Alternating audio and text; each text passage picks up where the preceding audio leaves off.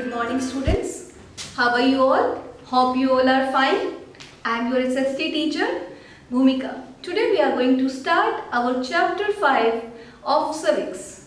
It is judiciary. Judiciary means न्यायपालिका.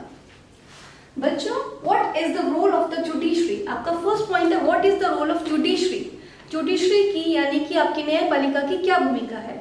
अगर आप कभी अखबार पे पढ़ते हो तो अखबार पर नजर डालते ही आपको कई जो है अदालतों के कामों की झलक मिलने लगती है कि अदालत क्या काम करती है, क्योंकि आपने कभी देखा हो तो कहीं ना कहीं अखबार में किसी न किसी केस की सुनवाई के बारे में आपको देखने को मिल जाता है। अब आपको अदालत की जरूरत पड़ी क्यों? क्या जरूरत है हमें अदालत की? अदालत किस लिए होती है? न्याय करने के लिए। अब वो कहते हैं अगर आपकी सरकार है तो न्यायपालिका की जरूरत क्या है? तो बच्चों आपको पता है हमारे देश में क्या है? Rule of law. Rule of law जिसका मतलब है कि सभी लोग हमारे सामने क्या है? बराबर हैं। क्या है? बराबर। चाहे वो आपका राष्ट्रपति है, चाहे वो आपका प्रधानमंत्री है, चाहे वो कोई डोमेस्टिक लेबर है, चाहे वो कोई भी व्यक्ति है, देश के सभी जो लोग हैं उन पर क्या है? एक जैसा कानून लागू होगा। अब जब ये कानून लागू होगा तो इसके लिए क्या है? हमें क्या चाहिए? अदालत चाहिए, एक न्यायिक प्रक्रिया करने वाली जो है संस्था चाहिए। तो इसके लिए हमने क्या बनाया? जुडिशरी। इसके लिए गवर्नमेंट ने क्या करा बेटा? जुडिशरी को अलग रखा। जुडिशरी मीन्स एक न्यायिक प्रक्रिया को हमने जो सरकार के अंग है उनका एक अंग जो है बना दिया। हमारी सरकार को क्या है? भिन्न भिन्न अंगों में बांटा गया और उनमें से एक अंग है जुडिशरी। जुडिशरी जो है आपके देश के आधारभूत ढांचे को ढंग से चलाने के लिए क्या करता है? सुचारू रूप से कार्य करता है। अब जो आपकी अदालत है, जो निचली अदालत होती है, जो ऊपर अदालतें होती है, जो सर्वोच्च अदालत है, क्या ये जो है एक दूसरे से जुड़ी हुई हैं? क्या जो है इनमें एकीकृतता है? इन सब बातों को हम पढ़ेंगे। किसके अंडर पढ़ेंगे बेटा? आपके चैप्टर 5 के अंदर। फर्स्ट पॉइंट दिया है what is the role of judiciary. Judiciary यानी कि आपकी जो न्यायपालिका है उसकी भूमिका क्या है, उसकी जरूरत क्या है? न्यायपालिका की भूमिका किस लिए होती है बच्चों? आप सभी जानते हो, न्याय लेने के लिए, न्याय प्राप्त करने के लिए हमें क्या है? न्यायपालिका की जरूरत पड़ती है। आपके यहाँ पे अगर किसी बच्चे को स्कूल में हम बात कर रहे हैं, किसी की पिटाई हो रही है किसी बच्चे की, तो इस पर भी जो आपका निर्णय है वो कौन लेता है? अदालत। कि बच्चों की पिटाई की जाए या ना की जाए, इसके लिए कौन लेता है इसका निर्णय? अदालत। दूसरी बात होती है बेटा, आपका जो किसी राज्य का दूसरे राज्य से बात होती है, पानी पर लड़ाई हो जाती है, कई बार किसी राज्य या किसी भी व्यक्ति की दूसरे व्यक्ति से लड़ाई हो जाती है, तो इन सब पर कौन अपना निर्णय देता है? आपकी अदालत, आपकी जुडिशरी।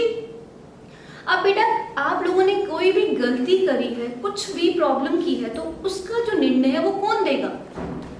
अदालत। कौन देता है बच्चों? अदालत। तो अदालत के जो काम है उन्हें हमने दो भागों में बांटा है। कौन से भागों में? दो भागों में। पहला भाग है डिस्प्यूट रेजोल्यूशन, दूसरा है जुडिशियल रिव्यू। डिस्प्यूट रेजोल्यूशन का मतलब होता है बेटा विवादों का निपटारा करना।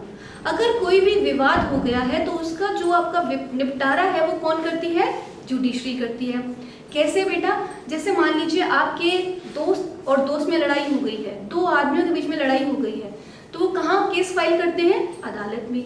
किसी एक राज्य की दूसरे राज्य से लड़ाई हो गई है तो वो कहाँ केस फाइल करेंगे बच्चों? कहाँ करेंगे? अदालत में। तो इस तरह से क्या हुआ? विवादों का निपटारा हुआ। आपको शायद पता हो कि नदियों के बारे में, पानी के बारे में भी कई बार हमारे यहाँ डिस्प्यूट चलता है, एक राज्य का दूसरे राज्य से कि इसने मेरा पानी यूज कर लिया है, तो उस पर भी आपका निर्णय कौन देता है? कौन देता है बच्चों? आपकी अदालत देती है।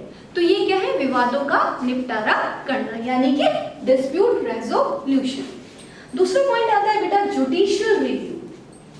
जुडिशियल रिव्यू का मतलब होता है न्यायिक समीक्षा करना। क्या होता है बच्चों? न्यायिक समीक्षा मीन्स न्याय की समीक्षा करना।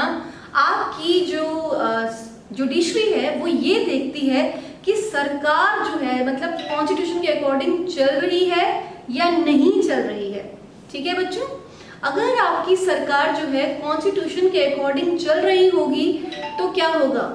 उसके अंदर क्या होगा बच्चों? अगर उसके अंदर चल रही होगी आपकी कॉन्स्टिट्यूशन के अकॉर्डिंग तो ठीक है। जो आपके आधारभूत लॉज दिए गए हैं, अगर आपकी सरकार उसके अकॉर्डिंग नहीं है तो उसका निर्णय कौन रद्द कर सकता है? उस कानून को कौन रद्द कर सकता है? आपकी अदालत। फॉर एग्जाम्पल हम ले लेते हैं, जैसे आपके यहाँ पे अधिकार है आपको किस चीज का? जीवन यापन करने का। इसका एक एग्जाम्पल हमने लेसन 4 में लिया था, आपको अगर याद हो तो, अंडरस्टैंडिंग लॉज में, कि आपके यहाँ जो फेरी लगाने वाले होते हैं वो सड़कों के बाहर एक फेरी लगा लेते थे और उस फेरी से जो है मतलब लोग सामान लेकर जाते हैं रेडी वालों से, लेकिन उससे क्या होता था, रास्ता कंजस्टेड हो जाता था। तो लोगों ने क्या कहा कि हमें क्या करना है, इसे हटाना है, लेकिन रोजी रोटी का अधिकार सबको है, तो हम उस रूल के अलग नहीं जा सकते थे। तो हमें क्या करना पड़ा, वहां पर एक जगह फिक्स करनी पड़ी जहां पर वो रेडी वाले जो थे वो वहां आकर सामान बेच सके। तो इसका निर्णय किसने लिया, अदालत ने। तो अदालत क्या करती है, न्यायिक समीक्षा करती है कि मतलब जो आपकी सरकार है वो जो रूल बना रही है वो रूल जो है आपके संविधान से अलग तो नहीं है, आपके संविधान को पूरा फॉलो कर रहे हैं। अगर वो फॉलो कर रहे हैं तो उसे अलाउड करती है, अगर वो उसे फॉलो नहीं कर रहे तो वो क्या करती है, उसको क्या करती है बच्चों, कानून को रद्द कर देती है, मना कर देती है उस कानून को बनाने से। तो ये था आपका जुडिशियल रिव्यू। अब holding the law and enforcing fundamental law, इसका मतलब क्या है बच्चों, क्रियान्वयन करवाना, आपकी जो मौलिक अधिकार हैं उन पे क्रियान्वयन करवाना। मीन्स अगर किसी व्यक्ति को ये लगता है कि मुझे जो मौलिक अधिकार दिए गए हैं, फंडामेंटल राइट्स दिए गए हैं, उनका हनन हो रहा है, मीन्स उसका क्या हो रहा है, कोई भी जो है उसका दुरुपयोग कर रहा है, मेरा शोषण कर रहा है, तो वो क्या कर सकता है, अदालत में क्या कर देगा बेटा, अपील कर सकता है। ठीक है, अगर किसी को ये लगता है कि मेरे अधिकारों का हनन हो रहा है। फॉर एग्जाम्पल जैसे आपके यहाँ पे आपने देखा होगा मजदूर होते हैं, अब मजदूरों को हम क्या करते हैं, पकड़ कर ले आते हैं अपने घर में और क्या कर देते हैं, बंधुआ मजदूर बनाकर रख लेते हैं। अब उससे क्या हो रहा है, शोषण हो रहा है, और उन्हें शायद ये बात पसंद नहीं है कि आप उन्हें क्या करें, बंधुआ मजदूर बनाए, अपने घर में नौकर बनाकर रखें, शोषण करें उनका। तो वो क्या चाह रहे हैं, फंडामेंटल राइट है उनका, कहाँ, आजादी का। तो वो क्या कर सकते हैं, अपना क्या कर सकते हैं बच्चों, अपना केस, अपनी अपील दर्ज कर सकते हैं। कहाँ दर्ज कर सकते हैं, बोलिए, अदालत में। ठीक है, इसका एक एग्जाम्पल हमने 7th क्लास में भी पढ़ा था, शायद आपको याद हो, हाकिम शेख। हाँ, हाकिम शेख जो थे बेटा वो क्या थे, मजदूर थे और वो PBKMS के अंडर वर्क करते थे। और एक बार वो ट्रेन से जा रहे होते हैं तो क्या होता है, वो ट्रेन से नीचे गिर जाता है, उन्हें चोट लग जाती है। अब उनके जो साथी होते हैं उन्हें क्या हॉस्पिटल लेकर जाते हैं, एक सरकारी हॉस्पिटल में लेके गए, दूसरे सरकारी हॉस्पिटल में लेकर गए, तीसरे, सभी ने क्या कर दिया, मना कर दिया। क्या कहा कि हमारे पास स्पेस नहीं है और हम जो है आपको क्या है, अलाउड नहीं कर सकते इस हॉस्पिटल में रहने के लिए। अब उससे हुआ क्या, उसकी कंडीशन जो है सीरियस हो गई, तो उसे कहाँ ले जाना पड़ा, एक प्राइवेट हॉस्पिटल में। अब प्राइवेट हॉस्पिटल ने उससे अच्छा खासा बिल ले लिया और उसे ठीक तो कर दिया। अब ये बात हाकिम शेख को अच्छी नहीं लगी, उन्होंने क्या करा, इसके खिलाफ एक क्या फाइल कर दी, अपील फाइल कर दी, कहाँ, अदालत में।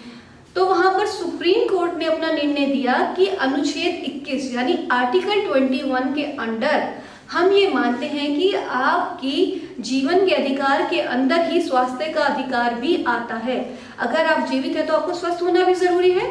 तो इसलिए उन्होंने क्या कहा कि जो आपकी बंगाल के जो भी आपके हॉस्पिटल्स थे उन्हें क्या करना पड़ेगा, जुर्माना देना पड़ेगा। जो भी राशि है जो इन्होंने प्राइवेट हॉस्पिटल में लगाई है वो सब कौन बियर करेगा, आपके सभी सरकारी हॉस्पिटल जहां वो गए थे एडमिट होने के लिए। तो ये किसकी वो थी बेटा, ये किसने आदेश दिया था, सर्वोच्च न्यायालय ने। किसके बारे में दिया था, हाकिम शेख के बारे में। तो आपको समझ में आया हम कैसे अपहोल्ड कर सकते हैं अपने उसको बेटा। और दूसरी बात क्या, आपके जो न्यायालय होते हैं वो सारे के सारे जो होते हैं क्या होते हैं, अपने जो डिसीजन है वो इंडिपेंडेंटली ले सकते हैं।